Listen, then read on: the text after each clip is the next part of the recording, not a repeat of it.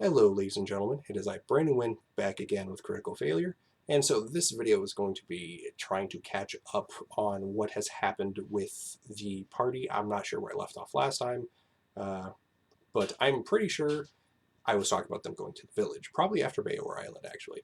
But basically, just to recap, uh, I talked about how they all got set up into the actual Imperium and the Imperial Eight. They went to Bayor Island, or Bayor Isle, as I will call it back and forth as they're the same thing, to have their first mission together as a team. They met actually the road Daedria there, and to which they ended up setting everyone free, blah, blah, blah. They completed the mission, and they returned back and got their magic items, their reward for fighting, and serving as Imperium related type of things. Like they don't really have special treatment. They're not really known well within the Imperium. They just kind of have like a special sigil just in case. And they're like, guess what? We do what we want ish. And they try to get away with it. The more that they do good, the better. The more they do bad, the more they're going to be put down in the Imperium and be like, guess what? You're under arrest and you're getting executed type of stuff. They don't pay attention to that, but who knows? Maybe someone will watch this and see that they want to do good. My parties. But yeah, they ended up doing some small side quests, dealing with fucking sorting firewood and delivering it to a location within Capita, and then protecting two bars within Capita as bouncers. And then they eventually picked up one for finding a bear that was in a small unnamed village about half a day's travel south of Capita, into which they took it. Het ended up getting in some trouble dealing with the law. He was in jail. He had to have his own role play for that, which I will describe later. But the main party, other than Het, has traveled now to the village. They ended up encountering some blood hunters. They don't know they're blood hunters other than Edward because there's like a connection between me and him, to which I tell him a little bit about the campaign more than others for good reason. They currently have a crow basically from Demon Slayer, so if you guys have watched Demon Slayer, you'll know what I'm talking about. If you don't watch Demon Slayer, so you'll understand. If not, you just won't understand. But at the moment, they have gone to the village. Uh, I have I've made up a lot of shit on the fly. They met a orc who was a renowned blacksmith in a local city, not too far from Capita.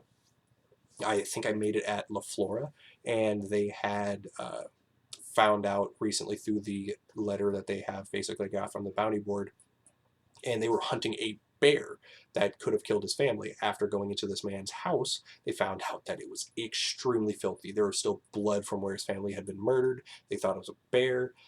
Turned out it could have been anything. They think it was a wild animal of sorts. The bodies were not there, but this man had been living in squalor since his family had been murdered 3 weeks prior. He had alcohol bottles all over the place. There was moldy food still set out for where he had gotten home and had literally walked in on his family, his son and his daughter being slain. Uh, and the entire house basically was a pigsty from where he had been, which is basically the living room, the kitchen. Everything else had been untouched. So there was literally blood stained into the floor and everything, into which they ended up trying to figure out some more stuff, going back and forth trying to figure out some stuff about what to do. I forgot how they got in, like, to figure out that the elf was involved, other than just some happenstance related stuff. Ninja got to meet she knew that there was a local hideout in this area, which I BS'd. She found a gnome who used to serve in her mother's former thieves guild, and to which he was still loyal to her, is willing to figure out some stuff. This comes in handy later. I have not named this gnome. Before anyone starts figuring it out, I have not done it. And this comes into something important later on that I completely fucked up and I am going to definitely pay attention to later. But they ended up sneaking into this poor elf's house. And I say poor, but basically he's trying to get rid of the competition. If you haven't seen my prior video, this elf got upset because this orc had been, he's a renowned blacksmith. The Imperium and the Imperial Eight had offered a contract to this person to make his weapons, or make their weapons, because it's a government entity.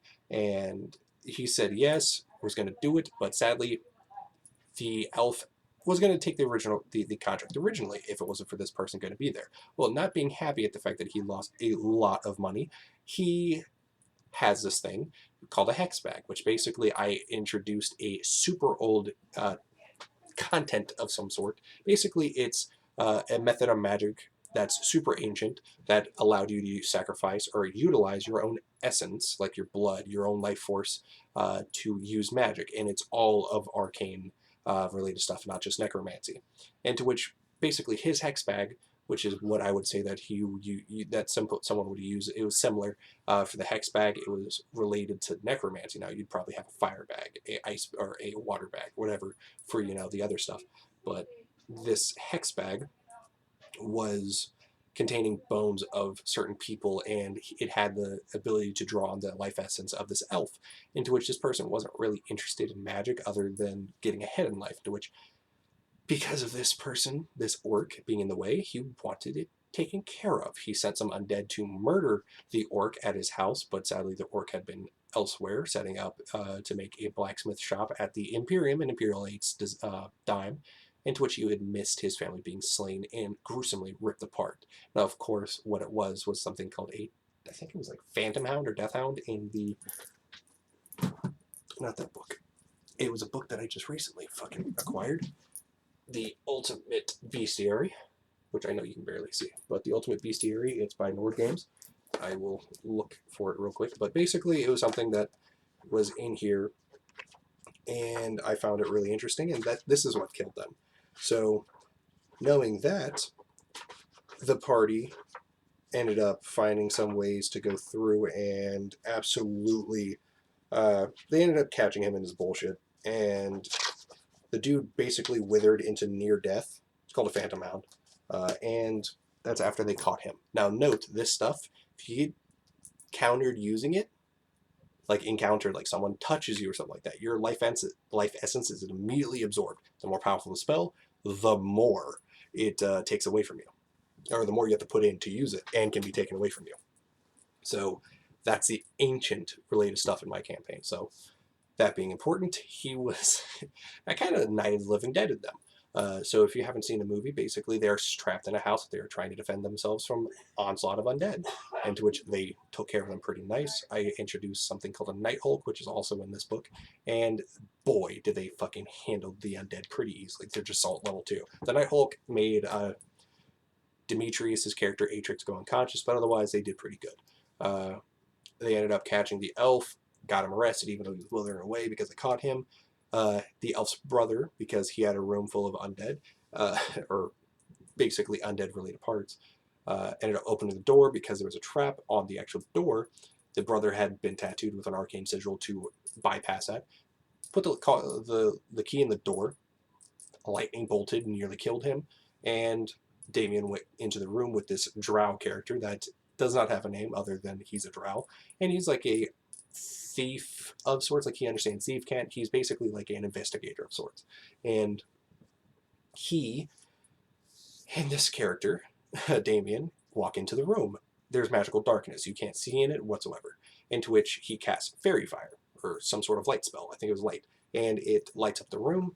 And they find the book. The book basically introduces some really ancient lore. Now, note, Damien's a Dhampir, or Dhampire, depending on how you want to say it. He wanted his father to be introduced into this lore, into which his father, I called Strahd. Name change is going to happen, but I call him Strahd for now. He wants him involved in that, to which I have created an entire lore thing, into which I have to extensively go into that at a later time. But it's actually pretty nice because, again, if you haven't watched the 4-ish DM tips that I have recorded prior to this, thinking on your feet, making stuff off the fly, it's really important to do that. And it's really nice being able to include that lore, but also really fucking annoying because I wasn't expecting it. And all this was basically going to give them a +1 to Arcana checks, which would go onto their skill after reading it for 48 hours. Note that you have to take 8-hour increments to really do it on your long rests. It's fucking annoying. But otherwise, I think that's where they're at now. Like, they're about to do something. I don't remember what they're doing, but yeah, it's fun, and that's what basically they've done. Other than Edward acquiring a great sword, doing so against a drunk Goliath who gave him way more than he intended to in gold, which was my fault because I misspoke on how much copper pieces he was supposed to acquire, which they use copper mostly in this game. And yeah, that's mostly the recap. So thank you guys for watching. I'll see you guys in another video. Peace.